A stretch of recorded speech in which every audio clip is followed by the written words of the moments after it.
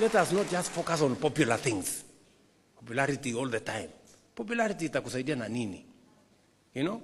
Yesu alimaliza kusave hii dunia 3 years. See, Yesu alikuwa around for 3 years. Na ako na followers billions. Sasa wengine wanasumbua one time. Hey.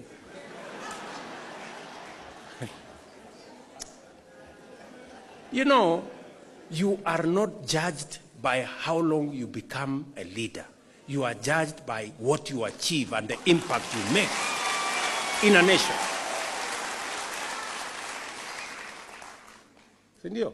Wengine wananiambia hapana, hii vitu ungefanya, ungefanya first term, ungengojea uchaguliwe tena, ndio ufanye huko kwa sababu sasa if you can finish a job in 5 years, why wait for 10 years? Sisi tubalize hii kazi. Alafu kama hii nafasi nyingine itapatikana tutafanya kazi nyingine. So tuendelee namna hiyo.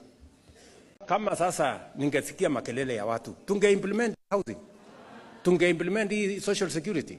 Tunge-implement SHA. Sisi tungekuwa tunang'etia tu hapa na kumangamanga hapa, hakuna kitu tunafanya.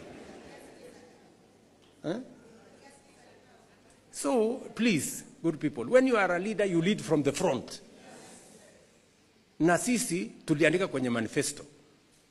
Raia wakatuchagua kwa hiyo manifesto.